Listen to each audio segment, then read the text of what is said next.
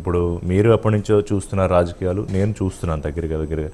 కానీ ఏ పార్టీ ఆ రాష్ట్రం ఈ రాష్ట్రం అని లేదు, ప్రతి పార్టీలోనూ ఒక చోట ఎక్కువ ఒక చోట తక్కువ. ఈ రాజకీయాలు నేరమయం అయిపోయి దేశాన్ని పీడిస్తున్న ఈ అతిపెద్ద సమస్యలోంచి అసలు బయటపడగలమా? And what is your take on present scenario? Good evening Rishi garu, అట్లాగే మిత్రులకు, అట్లాగే టీవీ ప్రైమ్ లైన్ ప్రేక్షకులకు నమస్కారం. ఇక్కడ 2 డైమెన్షన్స్ ఉంటాయి ఋషి గారు. అంటే మన ఇండియన్ డెమోక్రసీ మీరు ఓపెనింగ్ రిమార్క్స్లో చెప్పినట్టు అతిపెద్ద ప్రజాస్వామ్య దేశమైనటువంటి ఈ దేశంలో రకరకాల అభిప్రాయాలు, రకరకాల కులాలు, రకరకాల మతాలు, రకరకాల ప్రాంతాలు, రకరకాల భాషలు, వేషధారణతో సహా చాలా సమ్మేళితమైనటువంటి బయోడైవర్సిటీ కంట్రీ భారతదేశం. ఇప్పుడు మనం దీన్ని ఏ రకంగా తీసుకోవచ్చు అంటే డైవర్సిటీలో రాష్ట్రాల సమైక్యం దేశం అంటున్నాం. దేశంలో ఉన్నటువంటి రాష్ట్రాల్లో ఉన్నటువంటి విభిన్నమైనటువంటి పరిస్థితులు, ఇది మొదటి పాయింట్. రెండో పాయింట్, భారతదేశానికి ఒక్కొక్క రాష్ట్రానికి ఒక్కొక్క ప్రత్యేకమైనటువంటి స్థానం ఉంది కాబట్టి, జియోగ్రాఫికల్గా కావచ్చు, కులము, మతము, ప్రాంతాలు ఉంది కాబట్టి కొన్ని రిలాక్సేషన్స్ తోటి మన కాన్స్టిట్యూషన్ ఆమోదించబడింది 1950 సంవత్సరంలో. ఆర్టికల్ 370 అని, తర్వాత అబాలిష్ అని. ఆర్టికల్ 370 సబ్ క్లాస్ 1, 2, 3, 4 ఉంది. అటవీ ప్రాంతాలని, లేకపోతే రకరకాలు అన్నీ ఉన్నాయి. దాని తర్వాత రిజర్వేషన్స్ నాట్ మోర్ దెన్ 50% అన్న దాని మీద సీలింగ్ అనే దాన్ని పెట్టుకొని ఒకటి ఉంది. ఇది భౌగోళికంగా ఓవరాల్గా బ్రాడర్గా 4 ముక్కల్లో చెప్పాలంటే ఈ దేశం గురించి ఇప్పుడున్న పరిస్థితి. అట్లాగే భారతదేశానికి స్వాతంత్రం వచ్చిన తర్వాత రకరకాల రాష్ట్రాల్లో రకరకాల పొలిటికల్ పార్టీలు ఏర్పడ్డాయి ఓన్గా. అంత 1947 మునుపు అయితే కాంగ్రెసు, కమ్యూనిస్టు, కొన్ని ముస్లిం లీగ్ పార్టీలు ఉండేటివి. తర్వాత అంతకుమించి పెద్దగా ఏవి మనం చెప్పుకోవాల్సిన అవసరం లేదు. కానీ 1983 తర్వాత డ్రాస్టిక్గా దేశంలో ఈ రాష్ట్రాలకు సంబంధించినటువంటి పార్టీలు పుట్టుకు రావటం మనం చూసాం.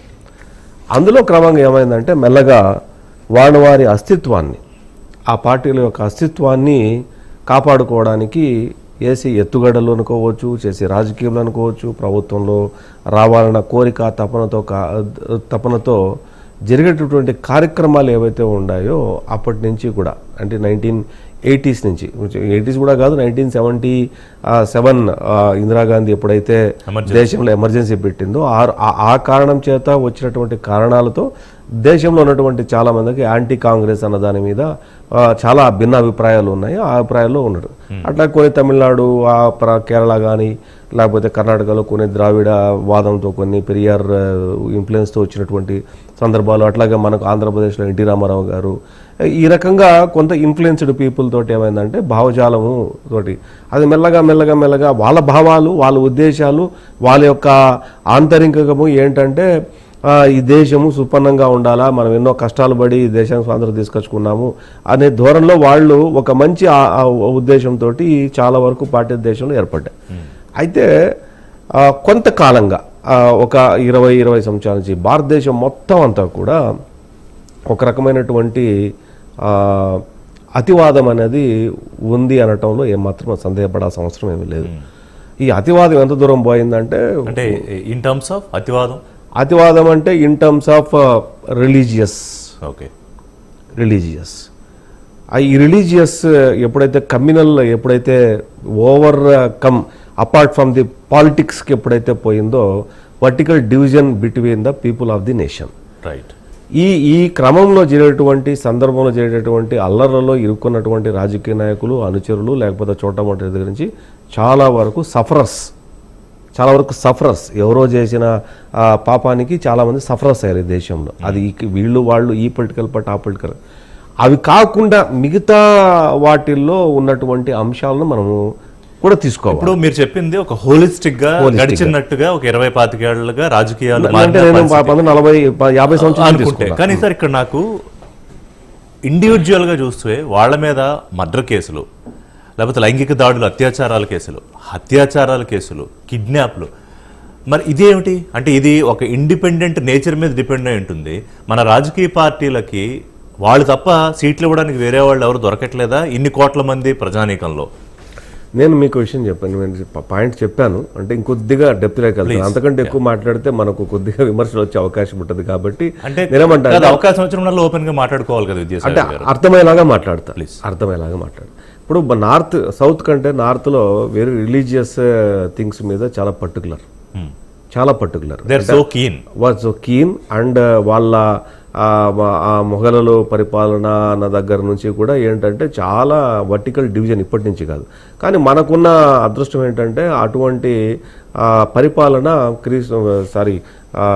ఇది స్వాతంత్రం మునుపు లేదు, బ్రిటిషర్స్ కంటే మునుపు కూడా ఏం లేదు, సొంత రాజ్యాలు ఉండేటివి కాబట్టి ఒక హైదరాబాద్ ఏది నిజాం స్టేట్ తప్ప మీకు లేదు కాబట్టి అంత కమ్యూనల్ వర్టికల్ డివిజన్ అయితే మిగతా స్టేట్లో కేరళ కానీ కర్ణాటక అయితే మైసూర్, ఇక్కడ హైదరాబాద్ అయితే నిజాం ఉండేది. మిగతా తమిళనాడు వీళ్ళెవరిని దగ్గరికి రానిలేదు, వాళ్ళ అస్తిత్వాన్ని వాళ్ళు కాపాడుకున్నారు. దాంతో ఏంటో ఏమైందంటే ఎప్పుడైతే నార్త్లో కమ్యూనల్ రైట్ జరిగినప్పుడు ఎక్కువ పొలిటీషియన్సే ఉంటారు. సో కేసు పెట్టినప్పుడు ఏమవుతుందంటే కమ్యూనల్లో ఉన్నది ఎవరు అంటే పొలిటీషియన్సే. With the politicians the help group of people వెళ్ళి హిట్ చేసే అవకాశం లేదు. అది బోత్ ది సైడ్స్. అవి కాకుండా వెస్ట్రన్ ఇంట్రెస్ట్ తోటి బ్యాంక్ ఫ్రాడ్స్, సంపాదించాలనే కోరిక తపన ఉన్నప్పుడు మర్డర్స్, లేకపోతే అప్పర్ హ్యాండ్ కోసం చేసే బ్రూటల్ మర్డర్స్, ఆడవారిని మనం ఏ రకంగా వాళ్ళతో ఉండకూడదు ఆ రకంగా వాళ్ళు బిహేవ్ చేయడం, రేపు చేయడం, చిన్నపిల్లల అస్తిత్వం కోసం ఈ రకంగా ఉన్న కేసులు సంథింగ్ డిఫరెంట్ ఆ కేసులు. కానీ హోల్ అండ్ సోల్గా ఎవరి మీద కేసులు ఉన్నాయంటే లెజిస్లేచర్స్ వాళ్ళ మీదే ఉన్నాయి, ఏదైనా పార్లమెంటేరియన్స్ ఆర్ ఆల్ అసెంబ్లీ వాళ్ళ మీదనే ఉన్నాయి. ఎన్ని ఉన్నాయంటే 5,228 మంది మీద ఉన్నాయి. అంటే అక్కడ ఎక్స్ ఎంపీలు ఉండొచ్చు, ఎమ్మెల్యేలు ఉండొచ్చు, ఎమ్మెల్సీలు ఉండొచ్చు, ప్రజెంట్ దేశవ్యాప్తంగా ఉన్నటువంటి నెంబర్ ఇది. ఇక్కడ నిన్న సుప్రీంకోర్టు చేసిన వ్యాఖ్యలు ఏంటంటే ఈ క్రిమినల్ కేసులు తేలాలి, ఒక ఉద్యోగం రావాలంటేనే దానికి ఒక క్యారెక్టర్ సర్టిఫికేట్ కావాలి కదా, మరి అలాంటప్పుడు మీరు దేశాన్ని పరిపాలించేటోళ్ళు చట్టాలు చేసే వాళ్లకు క్యారెక్టర్ అవసరం లేదా అన్నది. ఎస్, కావాల్సిందే, ఎవరైనా వద్దన్నారు. క్లీన్ పాలిటిక్స్ కోసం అందరూ ఎదురు చూస్తున్నారు కదా. అయితే నేనేమంటానంటే ఈ వ్యాఖ్యలు చేసినటువంటి సుప్రీంకోర్టు ఎందుకు రూలింగ్ చేయదు నా ప్రశ్న. ఎందుకు రూలింగ్ చేయదు? సపోజ్ ఏ సర్కమ్టెన్సెస్లో అయినా సరే ఒక వ్యక్తి మీద కేసు ఉంటే తర్వాత వాళ్ళు పాలిటిక్స్లోకి వచ్చినా, లేదు పాలిటిక్స్లో ఉన్నప్పుడే వాళ్ళ మీద కేసులు పడితే మీరు ఏదైతే సపరేట్ కోర్టులు పెట్టాలా, అమికస్ క్యూరీ నిన్న ఏదైతే మాట్లాడిన దాని మీద అన్ని స్టేట్స్లో సపరేట్ కోర్టులు కేసులు పెట్టాలి అంటే time bounded investigation, time bounded ఏది మనకు ట్రయల్ నడిపి వాటికి ఈ టైం లోపల ఉండాలంటే ఎలక్షన్ టు ఎలక్షన్ అనుకుందాం. అనుకున్నప్పుడు అట్లీస్ట్ ఎలక్షన్ టు ఎలక్షన్ అనుకున్నప్పుడు ఆ సుప్రీంకోర్టు కామెంట్ చేసింది సంతోషం, బాగానే ఉంది, దేశ ప్రజలందరూ చూశారు.